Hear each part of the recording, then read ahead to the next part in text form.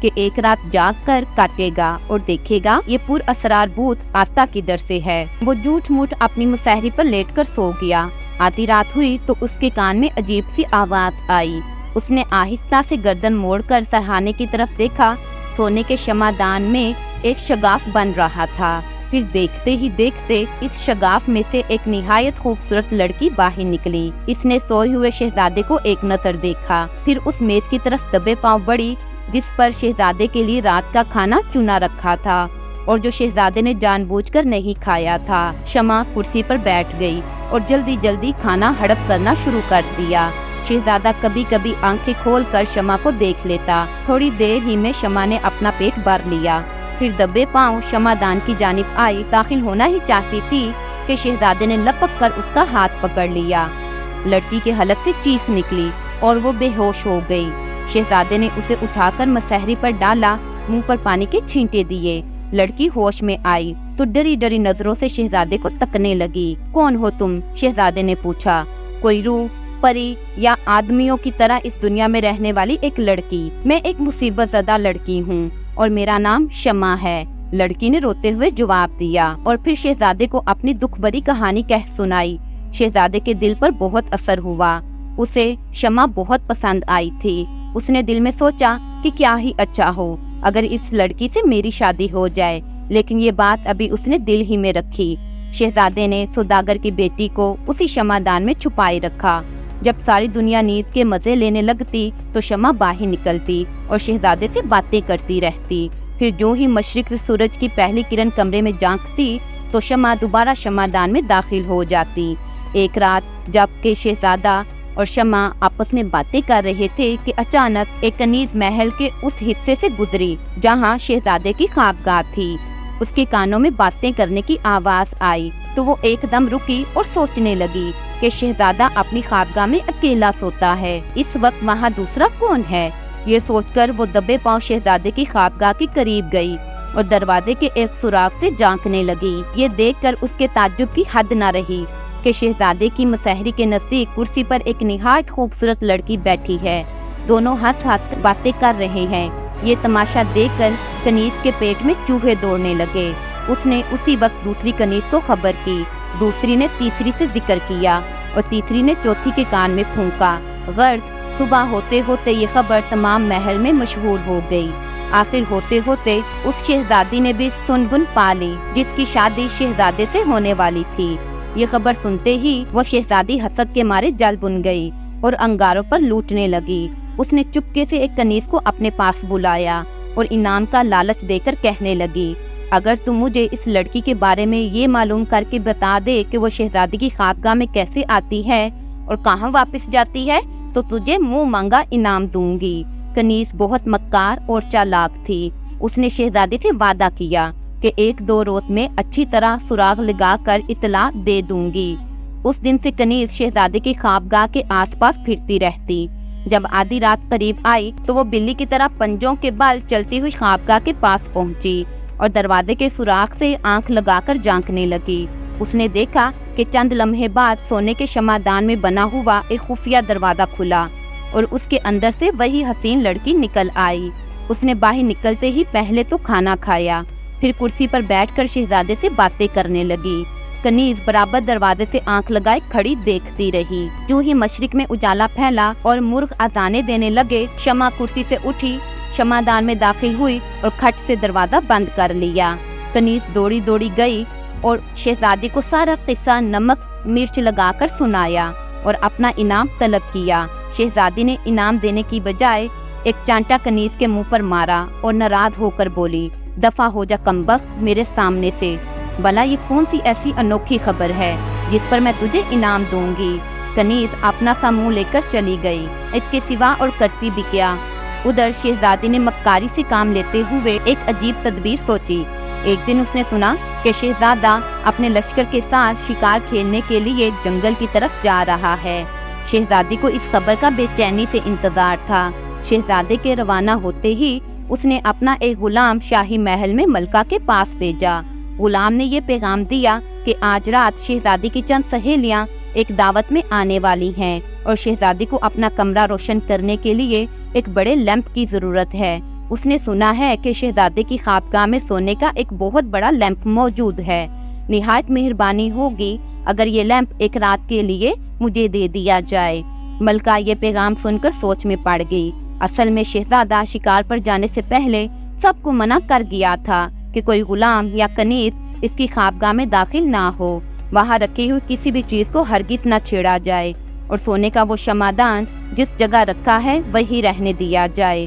جب غلام نے جواب مانگا تو ملکہ نے کہا وہ لیمپ نہیں دیا جا سکتا۔ یہ سن کر شہزادی روتی ہوئی بادشاہ کے پاس گئی اور کہنے لگی، عالی جان دیکھیے، میری اتنی سی خواہش بھی پوری نہیں کی جا سکتی، حالانکہ کچھ عرصے بعد میری شادی شہزادے سے ہو جائے گی، پھر خود بخود اس کی ہر چیز کی مالک میں بن جاؤں گی۔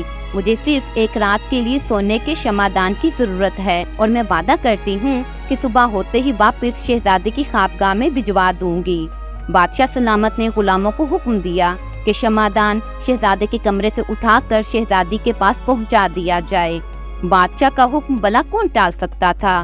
اسی وقت شمعدان شہزادی کے پاس پہنچ گیا۔ مکار شہزادی نے اپنے کمرے میں شمعدان رکھوایا اور 40 کی 40 شمعیں ایک دم جلا دی۔ تھوڑی دیر میں ان جلتی ہوئی شمعوں کی گرمی سے شمعدان کا اندر کا حصہ تپنے لگا۔ بیچاری شمع نے جل جانے کے خوف سے مجبور ہو کر دروازہ کھولا اور باہر نکل کر بھاگی، لیکن زیادہ دور نہ جا سکی اور وہی کمرے کے فرش پر گر کر بے ہوش ہو گئی۔ شہزادی نے قریب جا کر دیکھا، وہ سمجھی لڑکی مر چکی ہے۔ اسی وقت اس نے اپنے غلام کو طلب کیا اور کہنے لگی، دیکھو اس مری ہوئی لڑکی کو کسی کپڑے میں باندھو اور قلعے کے باہر پانی سے بری ہوئی جھیل میں پھینک دو، خبردار کسی سے اس کا ذکر نہ کرنا۔ غلام نے شمع کو کپڑے میں اچھی طرح لپیٹا اور اسے اپنے کندھے پر ڈالا اور پانی سے بری ہوئی گہری جھیل میں پھینک کر واپس آ گیا۔ ادھر پانی میں گرتے ہی شمع کو ہوش آ گیا۔ اس نے جان بچانے کے لیے ہاتھ پاؤں مارے اور مدد کے لیے پکارنے لگی۔ خدا کی قدرت، ادھر سے ایک بوڑھے ماہی گیر کا گزر ہوا۔ اس نے لڑکی کے چیخنے چلانے کی آوازیں سنی تو جھیل کی طرف دیکھا تو اسے ایک لڑکی ڈوبتی نظر آئی۔ بوڑھے مچھیرے نے جھیل میں چھلانگ لگائی۔ وہ ایک بہترین تیراک تھا۔ وہ لپکا ہوا گیا اور شمع کو گھسیٹ کر اس جھیل کے کنارے لے آیا، پھر اسے اپنے گھر لے گیا اور حال احوال پوچھا، مگر اس نے صرف اتنا کہا کہ پاپا میں ایک مصیبت زدہ لڑکی ہوں اور میرا ٹھکانہ کوئی نہیں، آج سے میں آپ کی بیٹی ہوں۔ سوداگر کی بیٹی اس بوڑھے ماہی گیر کے گھر رہنے لگی۔ جب شہزادہ شکار کھیل کر محل میں واپس آیا تو اس نے دیکھا کہ سونے کا شمعدان اپنی جگہ بدستور رکھا ہے، مگر اس کا خفیہ دروازہ کھلا ہوا ہے اور شمع غائب ہے۔ یہ دیکھ کر شہزادے کے پیروں تلے کی زمین نکل گئی۔ اس نے غضبناک ہو غلاموں سے پوچھا کہ سچ سچ بتاؤ، اس کو کس نے ہاتھ لگایا تھا؟ لیکن کسی نے اسے کچھ نہ بتایا۔ سب یہی کہتے رہے کہ حضور ہم نے آپ کے شمعدان کو ہرگز ہاتھ نہیں لگایا۔ آخر پریشان ہو کر شہزادہ اپنے کمرے میں گیا اور مسہری پر لیٹ کر خوب رویا۔ اس دن سے اس نے کھانا پینا، سیر و تفریح، ہنسنا بولنا سب چھوڑ دیا۔ روز بروز اس کی حالت بگڑتی گئی اور چند ہی دن میں یوں دکھائی دینے لگا جیسے برسوں کا بیمار ہو۔ بادشاہ اور ملکہ اپنے پیارے بیٹے کی بگڑتی ہوئی حالت دیکھ کر سخت پریشان تھے۔ ملک بھر کے حکیموں اور طبیبوں کو بلا کر شہزادے کا علاج کرایا گیا، لیکن کوئی فائدہ نہ ہوا، اور ایسا معلوم ہونے لگا کہ اگر شہزادے نے 1-2 دن اور کچھ نہ کھایا پیا تو اس کی جان بچنی سخت مشکل ہے۔ اسے کھلانے پلانے کی 1000 کوششیں کی گئی، مگر کوئی کوشش کامیاب نہ ہوئی۔ بادشاہ کا ایک وزیر بڑا دانا اور عقل مند تھا۔ اس نے بادشاہ سے کہا، علی جاں ایک تدبیر اس غلام کے ذہن میں آئی ہے، جس پر عمل کیا جائے تو ممکن ہے ہم شہزادے کو کچھ کھلانے پلانے میں کامیاب ہو سکیں۔ جلد بیان کرو، وہ تدبیر کیا ہے؟ بادشاہ نے خوش ہو کر کہا، وہ تدبیر یہ ہے علی جاں کہ تمام سلطنت میں منادی کروا دی جائے کہ ہر شخص، خواہ بچہ ہو یا بوڑھا، مرد ہو یا عورت، اپنے شہزادے کی جان بچانے کے لیے کھانے یا پینے کی کوئی چیز تیار کرے اور محل میں لے کر آئے۔